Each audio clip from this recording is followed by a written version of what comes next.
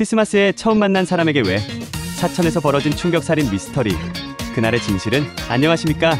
여러분, 우리가 행복한 기억으로 가득해야 할 특별한 날, 바로 크리스마스에 정말 끔찍하고 이해할 수 없는 사건이 벌어졌다는 소식에 많은 분들이 충격을 받으셨을 겁니다. 지난 10일 방송된 SBS 그것이 알고 싶다에서는 바로 이 사천 크리스마스 살인 미스터리를 파헤치며 그날의 충격적인 진실과 풀리지 않는 의문들을 조명했습니다. 오늘은 이 사건에 대해 함께 이야기하며 왜 이런 비극이 발생했는지 그 배경과 의미를 짚어보겠습니다. 사건은 크리스마스 저녁 경남 사천의 한 거리에서 발생했습니다. 한 고등학교 여학생이 길을 가다가 갑자기 흉기에 찔려 숨지는 충격적인 사건이었습니다. 그리고 범인은 다름 아닌 또래의 한 남학생이었습니다. 그런데 더욱 충격적인 것은 가해 남학생과 피해 여학생이 바로 그날 사건이 일어나기 직전에 처음 만난 사이였다는 것입니다. 세상에, 처음 만난 사람에게 왜 이런 끔찍한 일을 저질렀을까요? 이것이 바로 이 사건을 미스터리로 만드는 핵심적인 부분입니다. 그것이 알고 싶다.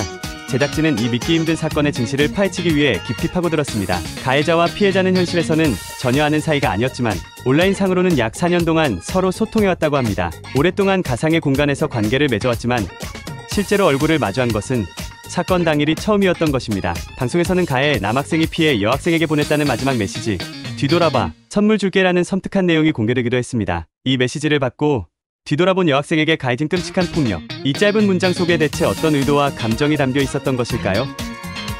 그리고 왜 온라인으로만 소통하던 이들이 크리스마스에 만나게 되었고 만난 지 채 몇 분도 되지 않아 이러한 비극적인 결과로 이어졌을까요? 이 사건은 단순히 충동적인 범죄라고 보기에는 석연치 않은 부분들이 많습니다. 오랫동안 온라인으로 관계를 맺어왔다는 점, 그리고 만남 직후 바로 범행을 저질렀다는 점 등을 볼 때 가해 남학생의 내면에 어떤 생각이나 계획이 있었던 것은 아닌지, 두 사람의 온라인 관계 속에는 어떤 특별한 배경이 있었던 것은 아닌지 등 수많은 의문이 제기됩니다. 그것이 알고 싶다에서는 두 사람의 온라인 대화 기록이나 주변 사람들의 증언 등을 분석하며 범행에 숨겨진 동기를 추적했습니다. 이 사건은 우리 사회에 여러 가지 중요한 메시지를 던져줍니다. 첫째, 온라인 관계의 위험성입니다. 가상의 공간에서 오랫동안 소통하며 쌓은 관계가 현실에서의 만남으로 이어질 때 예상치 못한 위험이 도사리고 있을 수 있다는 경고입니다. 온라인 페르소나와 현실의 모습이 다를 수 있으며 상대방의 진짜 의도를 파악하기 어렵다는 점을 항상 인지해야 합니다. 둘째, 겉으로 드러나지 않는 개인의 내면 문제입니다. 가해 남학생이 왜 그토록 극단적이고 이해할 수 없는 행동을 저질렀는지, 그의 심리 상태나 성장 과정에는 어떤 문제가 있었던 것은